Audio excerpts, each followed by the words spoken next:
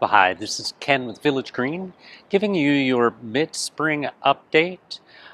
We've been going out and looking at a lot of lawns here lately, and what we've been seeing is this. We've seen quite a bit of freeze damage to the St. Augustine and the Zoysia lawns.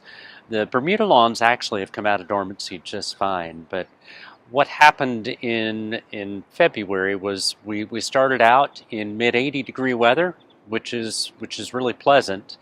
But then we dropped like a rock down to 11 degrees and then 10 degrees, and then we had a couple of 15-degree nights.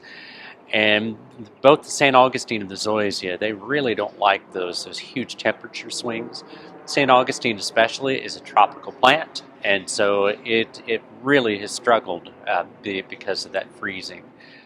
The lawns that I've seen really struggle have been the ones that actually were installed the prior spring. So in spring of 2020, 2024, if we installed sod, it made it.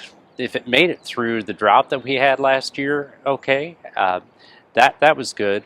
But apparently the freezing weather that we had really hammered that new sod because the roots just weren't developed yet enough for it to be able to take that freeze that we had.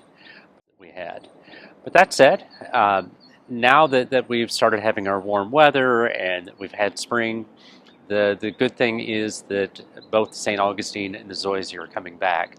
St. Augustine is coming back faster because it is an incredibly aggressive plant once we have warm weather. Zoysia, as I've talked about before, the blessing of Zoysia is it's a slow grower, so you don't have to mow it as much. The curse of Zoysia is that it's a slow grower, so it also doesn't recover as quickly as the other grasses. So it'll probably be a few more weeks before it comes out of dormancy. But the main thing is that now that we're in our spring weather, or our May weather, that is like a light switch for our grasses. And so the grasses that were kind of slow and not working so well, once we hit our May warm weather from May until September, that is our peak growing season, and our grasses really do well. The most important thing, as I always preach, is over the summertime, if you want that grass to recover, then we have to have the water during that June, July, August time when the rains stop.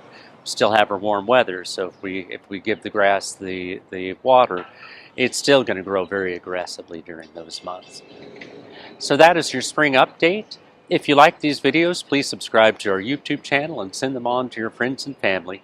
Ken with Village Green, local experience you can trust.